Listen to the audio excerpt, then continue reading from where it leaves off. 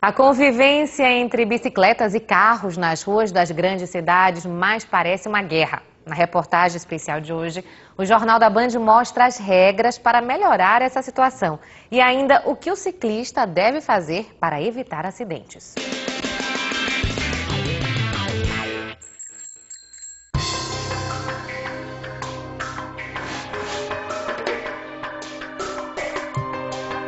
No meio de uma grande avenida, uma bicicleta que não deveria estar lá. Em outra rua, um ciclista se arrisca ao dividir a faixa com um trator.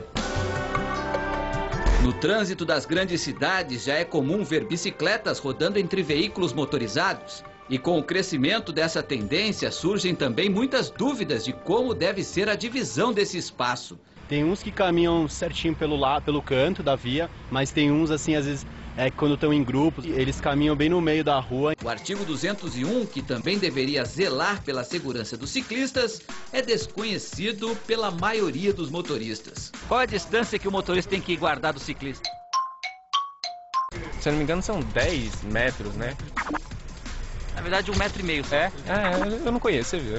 Isso está no Código de Trânsito Brasileiro, que se fosse cumprido, nós não teríamos tantos acidentes. Apesar do risco, muitos brasileiros estão trocando o carro pela bicicleta. Luciano bem que tentou, mas a falta de estrutura e segurança fez com que ele desistisse. Porque não tem ciclovias em São Paulo, né? Então isso dificulta muito porque é muito perigoso. Tá? Já quase foi atropelado, quase caiu com bicicleta. O ideal seria que os ciclistas andassem apenas em faixas exclusivas, como acontece em várias cidades da Europa. Mas por aqui as ciclovias são escassas e não são interligadas. Quem pedala rumo ao trabalho é obrigado a dividir espaço com quem acelera. Ritmos bem diferentes, sinônimo de acidentes.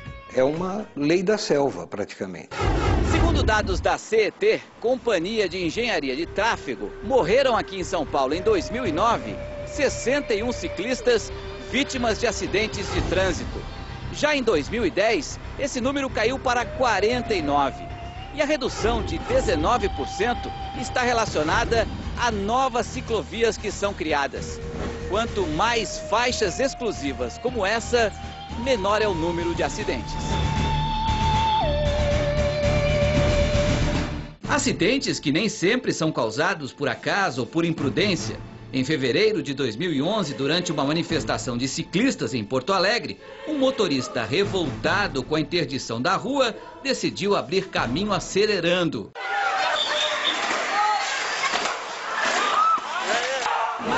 Fugiu, não parou. A intenção dele era matar mesmo. A intenção dele era matar, ele não queria saber. As imagens são impressionantes. Dezenas de ciclistas foram atropelados, 15 ficaram feridos. Quase um ano depois, o motorista Ricardo Neis, acusado de tentativa de homicídio, responde ao processo em liberdade. Felizmente, ninguém morreu. Eu levei 4 pontos na cabeça, 2 ossos quebrados no braço, machucados na perna, no lado, no ombro.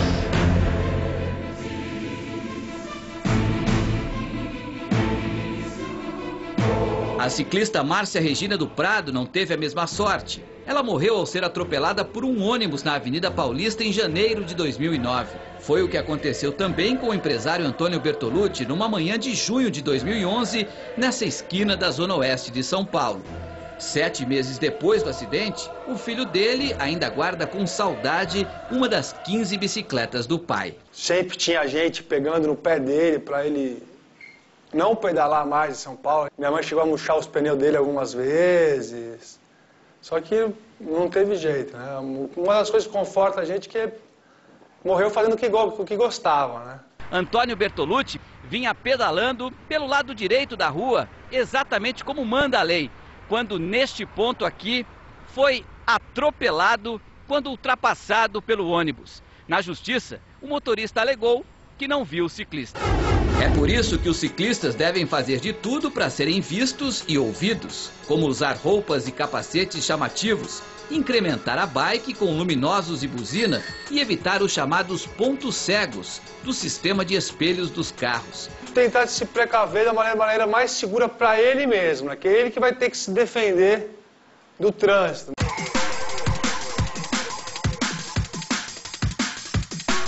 Tiago abandonou o carro e optou pela bicicleta há 7 anos e vai nos mostrar outras regras importantes para quem está disposto a trocar o acelerador pelo pedal. É isso que se faz quando você está de bicicleta também. Você olha e dá a seta, só que a nossa seta aqui é o nosso braço. Nesse pedaço que eu estou aqui agora, não tem como você ter com segurança um carro e uma bicicleta lado a lado. Então, a bicicleta deve sim ocupar a faixa. Isso não é um sinal de desrespeito, isso não é um sinal de folga nem nada. Ciclistas têm direitos, mas também deveres que muitos desconhecem. Flagrantes de imprudência são fáceis de encontrar por aí.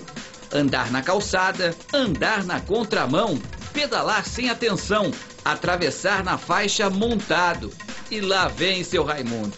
Mesmo com 30 anos de pedal, não sabia da regra. Atravessar na faixa com a bicicleta pode? Pode. E aquela placa ali, ó? Eu teria que descer, eu cometi uma infração.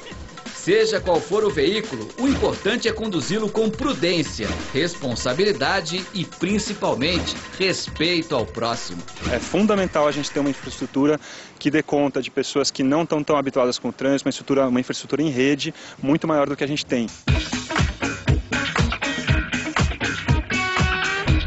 E amanhã vamos mostrar como é pedalar nas grandes capitais, como São Paulo, Rio de Janeiro e Paris.